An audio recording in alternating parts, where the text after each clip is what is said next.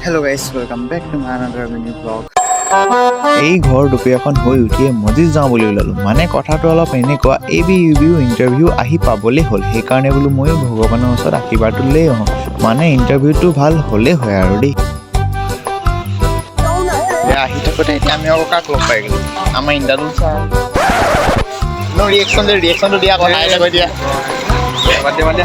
এতিয়া মছজিদলৈ আহি পায়ে দেখিছোঁ মোৰ বাহিৰে কোনোৱেই নাই আৰু খন্তে সময় ৰৈ দিয়া পাছতে আৰু মছজিদৰ ভিতৰত গোটেই মানুহে ভিৰ এতিয়া কি কৰিম আৰু জল্দি নামাজটো পঢ়ি আৰু ওলাই আহিলোঁ আৰু এতিয়া ঘৰলৈকে যাওঁ আৰু অলপ সময় পাছতে আকৌ ফিল্ডলৈ আহিব লাগিব আৰু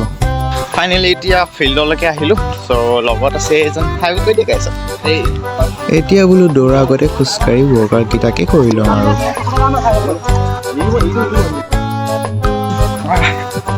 গাইছ এতিয়া দেখিছেনে আমি পুৰা দৌৰি আছোঁ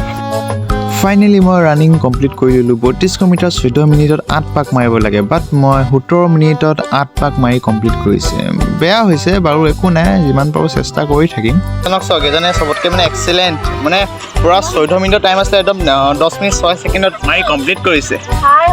লাইক কমেণ্ট শ্বেয়াৰ কৰি দেই কি এনেকৈ হ'লে নহ'ব নহয় কৈ দেখাই দিয়া